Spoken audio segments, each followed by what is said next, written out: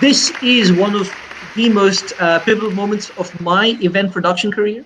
This is the first time I've got a person who proves that you are not just, in the spotlight. You're not just there for politics, but you are there because you have a reason to be a voice of reason. You are a reason to be a voice that would want to push notions and ideas that do matter. And of course, joining us to interview PM Turnbull is Adam Payne, an award-winning journalist for his work on Brexit. And he does sit in Westminster now, at the heart of where UK stories come from. So welcome to both of you. Thank you very much. It's great to be with you. Well, thank you very much for that, for having me, and for that very generous introduction. It's good to be here. It was great to have you. I know a lot of questions are going to come, keep funneling through during your session, but I don't want to take too much time because you have a lovely conversation that I know you want to ask and share with our audience. So I will take my leave and have a great time on stage. Thanks so much. Well, thanks a lot, Stephen. And again, thank you for organising this fantastic and timely event. And thank you for asking me to participate and interview someone who I know the people attending this summit are extremely excited to hear from. Prime Minister Turnbull, good morning to you from London, Prime Minister. And good evening to you from Sydney. So this conversation we're having is about projecting leadership and humanity at a time of crisis. There's so much I'd like to ask you about, so if we just get straight into it. Prime Minister, most countries now are over the peak of their coronavirus outbreaks, are starting to gradually reopen their societies and their borders. And now the conversation is about how we're going to kickstart their economies. Now, in response to the 2008 financial crash, the response of many governments was austerity. What do you think the response of governments and the global community should be in response to this new crisis? And do you think a crisis of this magnitude warrants a whole new sort of policy response and a whole new way of thinking? Well, I certainly don't think austerity is the answer. I think that the best solutions or the best measures are those that maintain demand, maintain aggregate demand. You can, if you take sort of Keynesianism to its extreme, you can, as they say, pay 1,000 people to dig 1,000 holes and another 1,000 people to fill them in. That's not very productive. I think all of us have got opportunities to invest in economic infrastructure, both hard physical infrastructure and also social infrastructure. I think this is a time for when governments should be doing that, and also encouraging private sector investment and entrepreneurship. So innovation was a very big part of my economic strategy, and that's that is critically important. So really, you just have to look at all of the measures, and they'll differ. There'll be a lot of similarities between one jurisdiction and another, but they will be, each of them has got their own differences, their own idiosyncrasies, and so that's what you should be doing. But you can't go wrong investing in economic infrastructure as long as it's the right infrastructure and you're not throwing building bridges to nowhere and roads to nowhere and things like that. I mean, economies worldwide are in a really dire state, to put it lightly.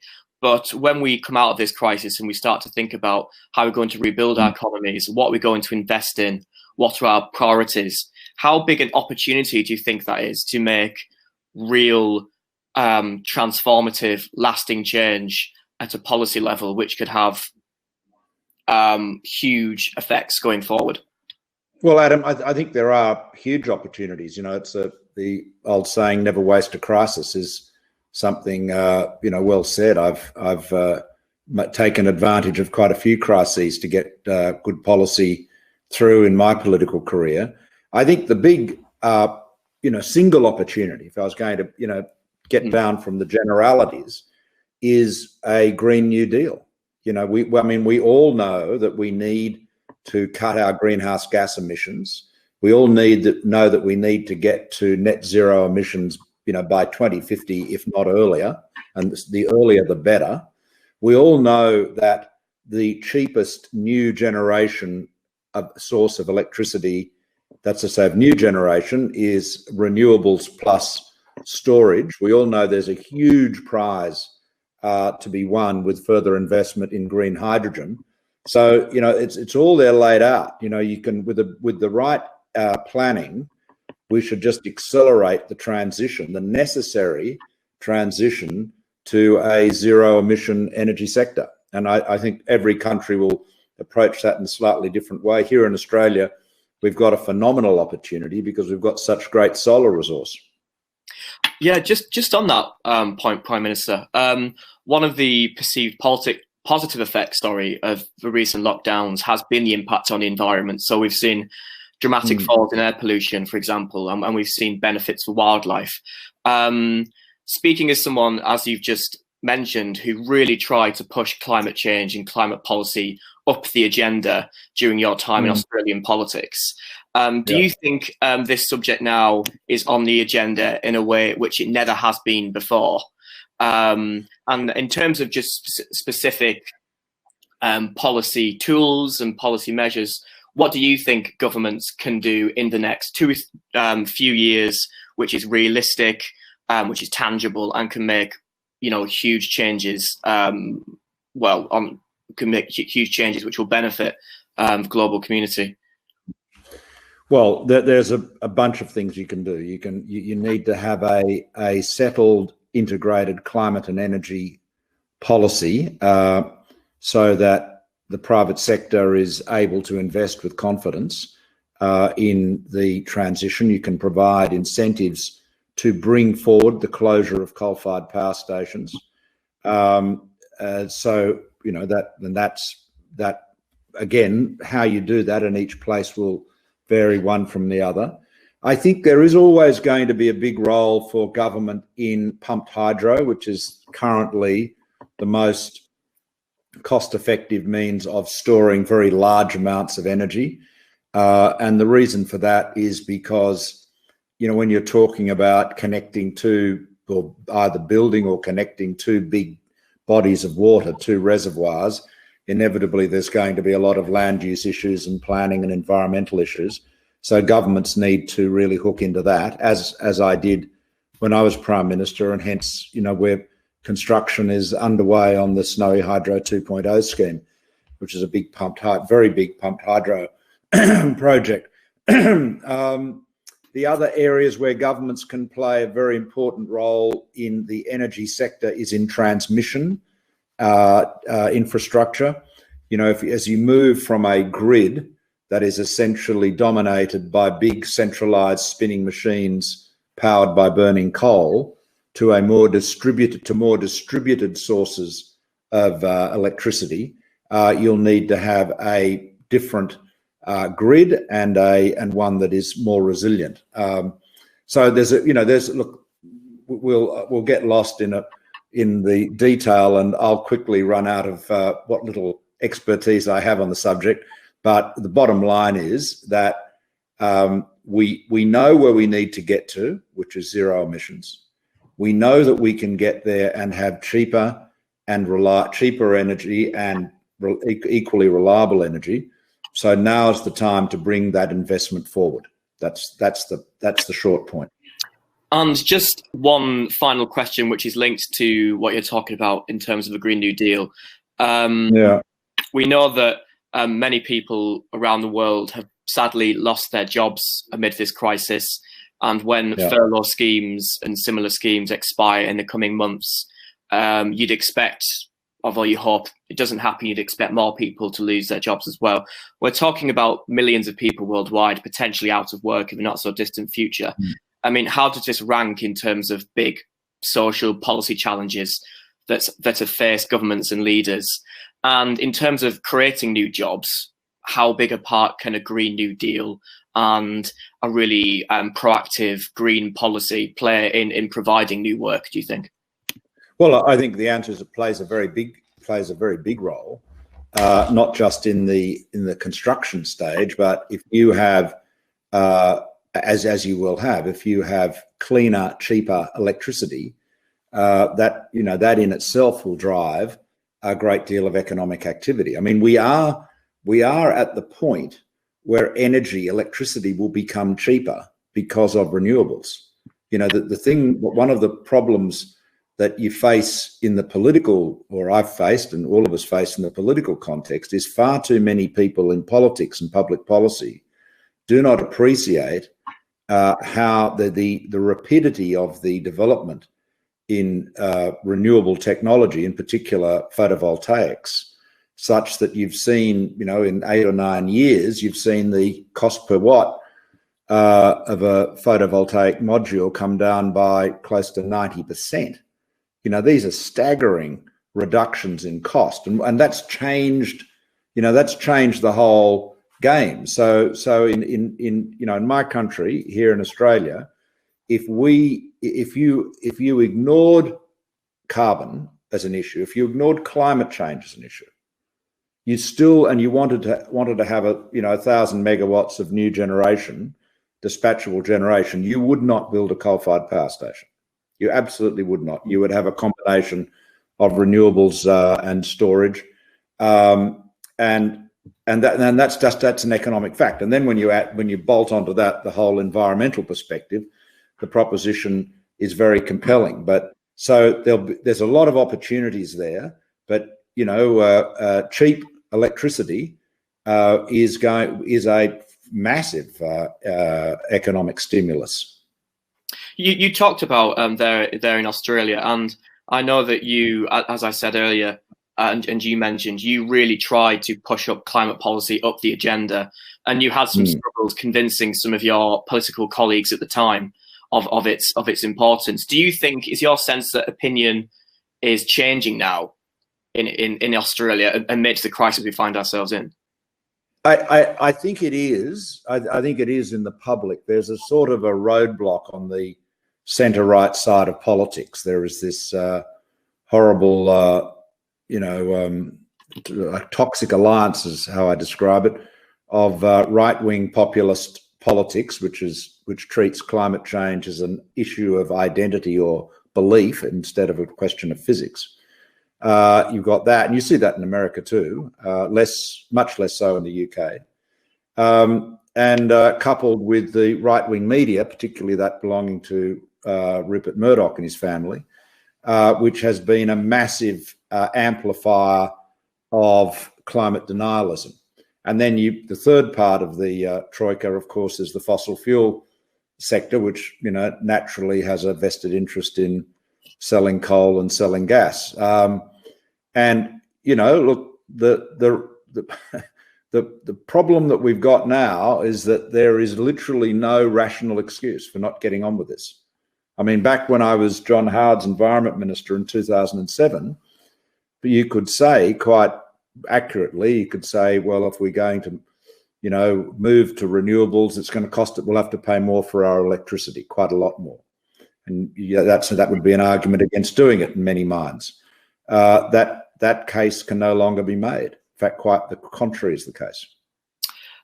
Before I move on to the next question, I'd just like to say, for those of you watching this, if you do have some questions you'd like to ask Prime Minister Turnbull, do send them in, and hopefully we'll have some time at the end to ask them. So, Prime Minister, the next thing I'd like to talk to you about is the workplace and what this crisis means, what it's done to what we mean by to work.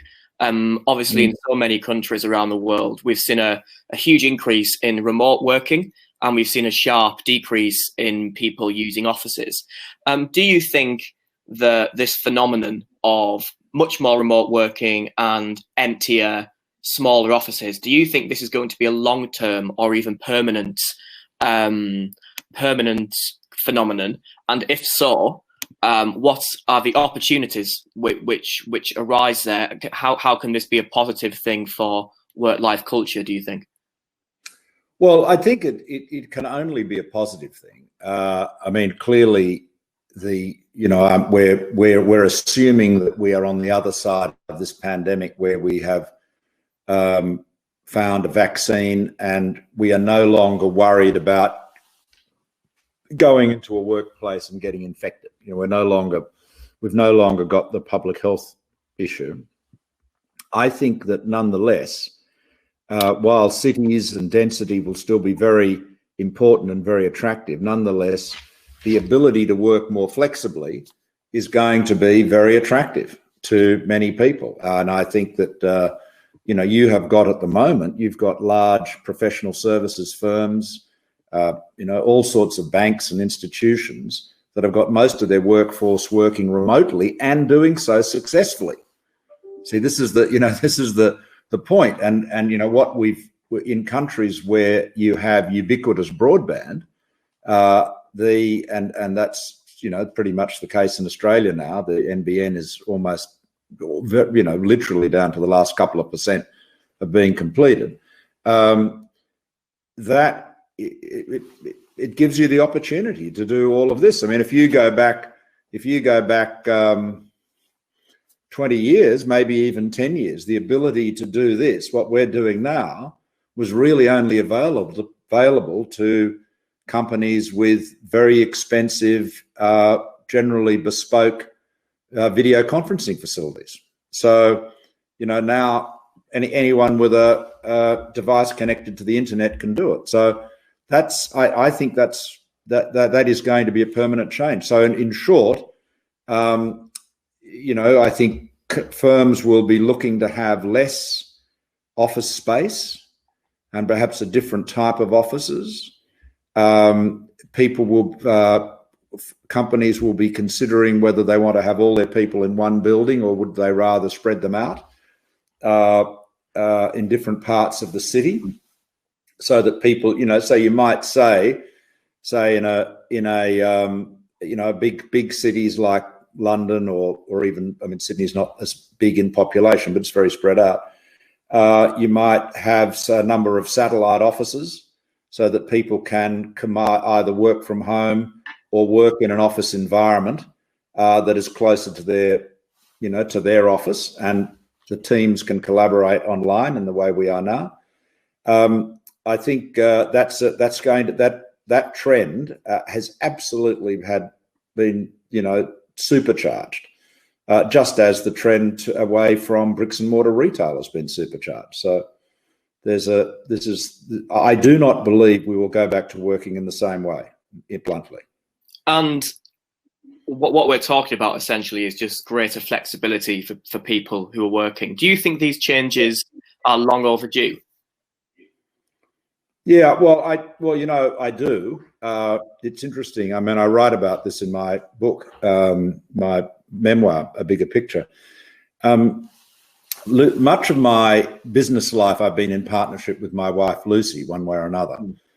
And we, when we were in the investment banking business together with other partners and colleagues, of course, we always had a very flexible approach, you might say a family-oriented approach, because we're a young couple with young kids, so it was self-interest there. But I never had any interest in people spending face time at the office. It seemed to me to be pointless. I was only interested in what people produced, and I didn't care where or when they produced it. And so when we sold the Terminal Partners investment banking business in 97, and I went to Goldman and became a partner there, I was astonished by the work culture there. Just quite astonished by it, that particularly the younger people, the analysts and associates, felt they had to work at the office till 1 a.m. in the morning. I couldn't see how that could make sense. They all felt they had to do it. And it was a very, very inflexible workspace. And then, of course, at one point, I was meeting with a committee called the Diversity Committee, and everyone was concerned that they were hiring so many brilliant young women, and in their late 20s and early 30s they would leave. And I pointed out that I'm surprised there aren't more men that leave. If you create a work culture that is so antithetical to family life, of course a lot of people are not going to stick with it. So what we've got now is the opportunity to have the flexibility that enables people to combine work and family and that is going to it'll benefit men and women, but it will certainly benefit women. And I think I think it's a terrific development. And again, Luce and I always practiced that approach in our own businesses, but they were, there are a lot of bosses historically, I would say, have been, their imagination has been well behind the technology and the capabilities that it offers for flexibility. Prime Minister, I'd like to ask you now about leadership in this crisis. I mean, during this pandemic, a number of global organizations have been criticized for what would say it has been, or what people argue has been in times, a slow and perhaps weak initial response to the pandemic. The European Union at the beginning of the crisis faced these sort of criticisms, that it has intensified its response more recently. A number of governments, the World Health Organization, etc. Do you think this crisis we are in has exposed a need for us to think about big organizations like this and how we arrange ourselves globally? Or do you think a pandemic of this magnitude was always going to test our organizations, was always going to strain them, and challenge them in a way they haven't been challenged before? Well, the answer to both questions is yes. I mean, a pandemic like this is always going to test everybody, every organisation, from small businesses to national governments to international organisations like the World Health Organization. And it's been a very interesting and instructive episode, because while there is controversy about when the virus first became apparent in Wuhan, and whether the Chinese government should have reacted sooner, and whether there was bureaucratic cover-up, as I've got no doubt there was. You'd be amazed if there wasn't, and you'd be amazed if there wasn't denialism. I mean, every bureaucracy everywhere in the world is prone to do that, let alone in an authoritarian system like China's. But the one thing leaving that aside, the one thing we do know is that by January, everybody knew what was happening in Wuhan. Everyone. So in a sense, the rest of the world outside of China was at the same starting line. And yet some countries have handled this much better than others. And that is going to be obviously a matter for leaders to be accountable. Those leaders that dilly-dallied, that didn't lock down quickly, that didn't have enough personal protective equipment in place, their countries and their populations, their people, have paid in many cases a very heavy price for it.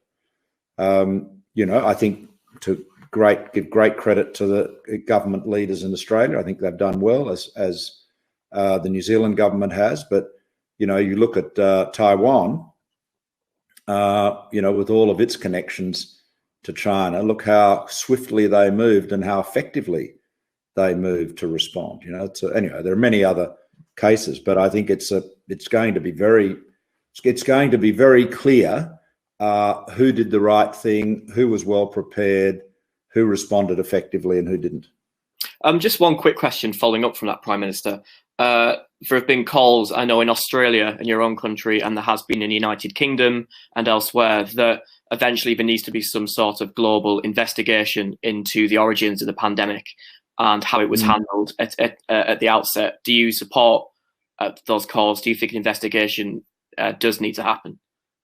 Yeah, of course there should be, but it should be on a no blame, no shame basis. I mean, unfortunately, President Trump, for reasons that are entirely understandable, has sought to, really blame China for failure with respect to the virus.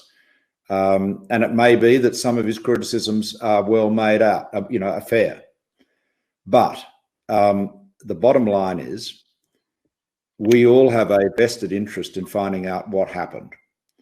And if the World Health Organization wants to have free and open access to medical personnel and history and records in China, or indeed anywhere else, it's going to have to be done on a no shame, no blame basis. I mean, this should not be seen as a witch hunt or trying to push all the blame onto any one country or any one agency. What we've got to do, we've all got a vital vested interest in finding out what happened. What were the mistakes that were made? What were the good decisions that were made? So turning this into a blame game will only encourage people to pull the shutters down, and you won't get access to the information you want. Prime Minister Turnbull, I read in a recent interview where you said that the US had lost some of its influence under President Trump. And indeed, during this crisis, you've mentioned some governments, the Australian government, the New Zealand government, the Taiwan government, also South Korea comes to mind as well. Governments who have really led the way in terms of responding to this crisis, whereas the US, the United Kingdom, I think, China, other governments are seen, I don't think it's controversial to say, as being not as successful. What's your assessment of just how leaders have performed up to now in this crisis? And do you think, you mentioned President Trump, do you think it's the way he's behaved, both in regards to coronavirus and other recent events? Do you think it's still accurate to say that that office of the President of the United States is still the leader of the free world? Well, I mean, the title leader of the free world was a contentious title at any time in history. I think it's the United States is the largest economy in the world, and it's certainly the largest democratic economy in the world. So I suppose in that sense, the president is the leader of the free world. But I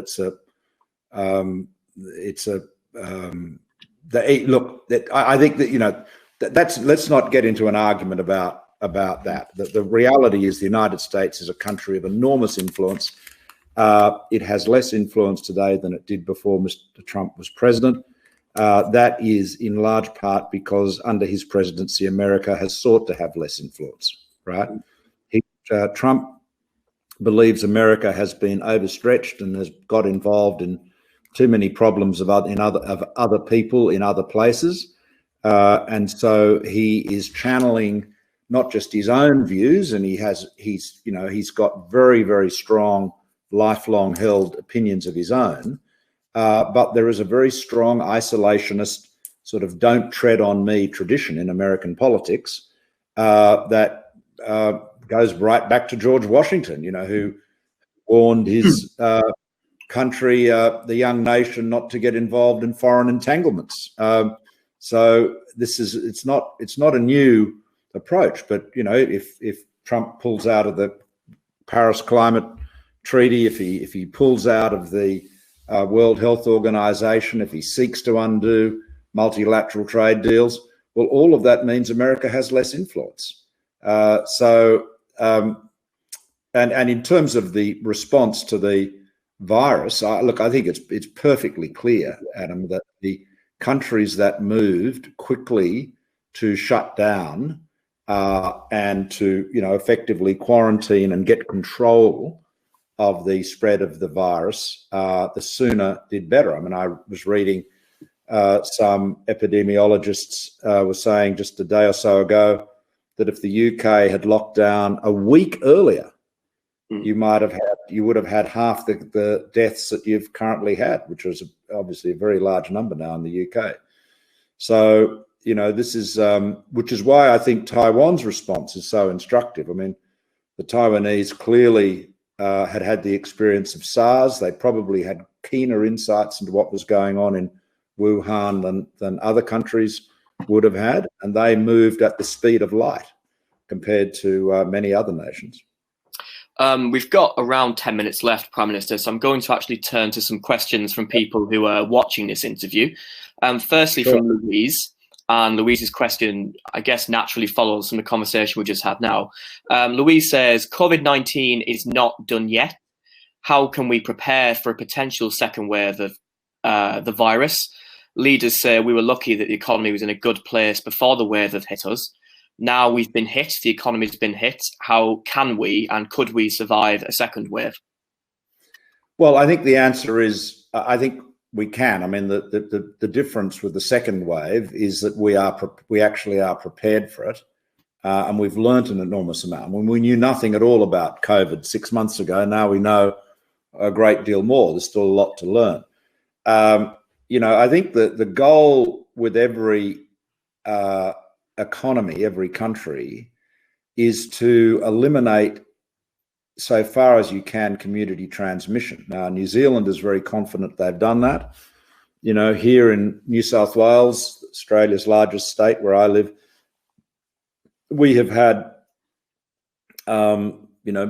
we've had very little community transmission. I mean, yesterday there were 10,000 tests done in one day alone. There was no new cases for community transmission cases. And in fact, for the vast bulk of the new cases in Australia are from people coming overseas who go into quarantine. So if you can get your community transmission levels down and then have high levels of testing, and when a case does appear, quickly, obviously, quarantine the person involved and then contact trace. And there are lots of apps now to enable that to be done more rapidly. I think then you can ensure that a second wave is not, as damaging as the first wave. But, ultimately, the big challenge is going to be for us in Australia, particularly when do you open international borders? And that's, we were talking earlier about how do we live after COVID. It seems to me that the global economy has handled a shutdown of travel remarkably well, because goods are still, are still traveling. Digital products are still traveling. Business is still wheeling and dealing and negotiating and transacting using, tools like this. But what has been shut down, obviously, is tourism and business travel. Business travel, I think we can live with that being attenuated for quite a while, but clearly there's whole sectors of the economy that are going to struggle. In terms of migration, if a country were to say, well, you can come, if we say you can come to Australia, if we said you can come to Australia, but you've got to do 2 weeks in quarantine, you would accept doing that probably if you were coming to work for a few years. You just factor that into the cost of temporary migration. It wouldn't make sense for a tourist, obviously. Would a student find that acceptable? I think possibly yes. So how international travel reboots is going to be very interesting. I would think, what we understand as conventional business travel and tourism will be the last ones to get started again, at least in terms of Australia, I expect. I've got a question from Omar, and it's a question about Australia's borders. And the question is, Prime Minister Turnbull, what's your opinion on welcoming skilled immigrants to Australia after the crisis? Omar says Australia seems to have become less welcoming to immigrants in recent years. It used to be a top choice for people looking for a peaceful country to immigrate, but it's becoming increasingly difficult to do so. And Omar says, do you think Australia is going to become more conservative in this sense in the future, or do you think it will it'll be more open to accepting workers from abroad? Okay, well, thank you, Omar. So we're talking about that part of our migration stream, which is people who come here to work, and that is actually that's not by no means the largest part. When you look at net migration in any country, but Australia's a good example. Net migration includes Aussies coming home. There's well over 1 million Australians living overseas at any time. It includes New Zealanders who can basically come and go as they please. It includes tourists. Well, we're not going to have many of those for a while. It includes temporary students. At any given time, there's normally about 500,000 foreign students in Australia. But when you get to people who come to work, our migration program has been operating on a skills basis for a very long time. I've always described the object of our migration policy is a recruiting objective. What we want to be doing is getting the best and the brightest in the world and get them to come and work and make their lives in Australia. And so it's a skills program. About 2/3 of the permanent migration is skills. The other third is family reunion, which is almost entirely spouses. So, an Aussie marries a foreign, man or woman, and they come back with their new husband or wife, and obviously they can come to Australia. Now, in terms of skilled migration, that really operates based on need. I mean, if you've got the economy's booming and we're short of skills, you'll get a lot more people coming in than if the economy is flat and, the unemployment queues are growing, which of course is what's happening at the moment. So, but, I can just say to Warmer, Australia is a nation that's been built on migration. We're an immigration nation, and we've been very successful at it. And I'm sure that we'll continue to be so. And we've got 2 minutes left, so just one final question before Steve returns to stage and boots us off. It's from Peter Wilson, and he says, Prime Minister, you must have struggled with your coalition partners while Prime Minister, as renewables is a foreign concept to them. I guess his question must be, can you just quickly talk about that struggle, how frustrating it must have been for you? And I think we touched on it before, but going forward, do you think there is going to be a significant change of opinion in that area of right-wing politics in Australia?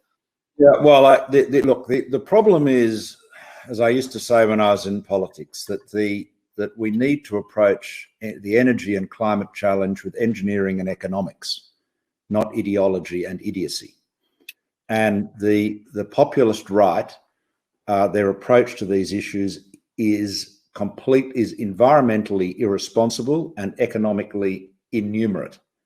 Honestly, we are at a point now where we can have zero or very near zero emission electricity and cheaper electricity. So the challenge, particularly in this post-COVID area where we want to have some government stimulus, this is a time for us to be accelerating that transition. Hence, why there's a very strong case for a Green New Deal. Will the centre-right or the right of politics start approaching climate change as a question of physics and engineering and economics? I suspect not anytime soon. It is quite how something that should be a question of physics has become a matter of belief is extraordinary. I mean, we don't say we believe in gravity, do we? And saying you believe or don't believe in climate change and global warming is as fatuous as saying you believe in gravity. I mean, it's a fact. We live with it, and we should address it.